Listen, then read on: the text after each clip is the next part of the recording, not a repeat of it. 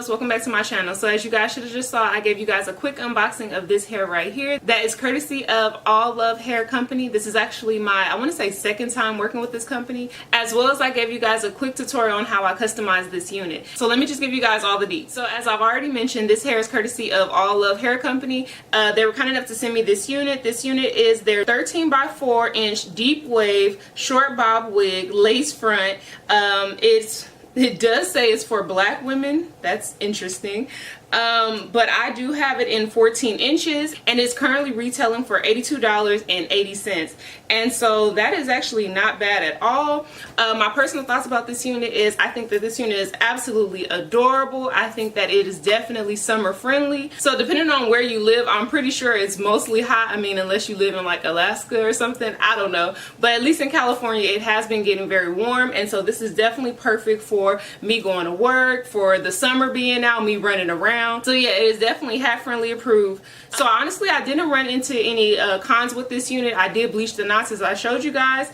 I didn't run into the hair shedding or anything like that. I do believe that it's true to length. So this is 14 inches. When I straighten it, it'll be about right here on me. So like I already told you guys, it is a 13 by 4 inch lace. The only thing that I wish is that it did come with more lace on the sides, because when I do like the, you know, throw over look, it would be helpful if there was more lace. But usually I think the lace, I think the track starts like right here, so they don't give you much to work with on the sides. But if you want to do like a middle part, then you definitely have more lace to work with.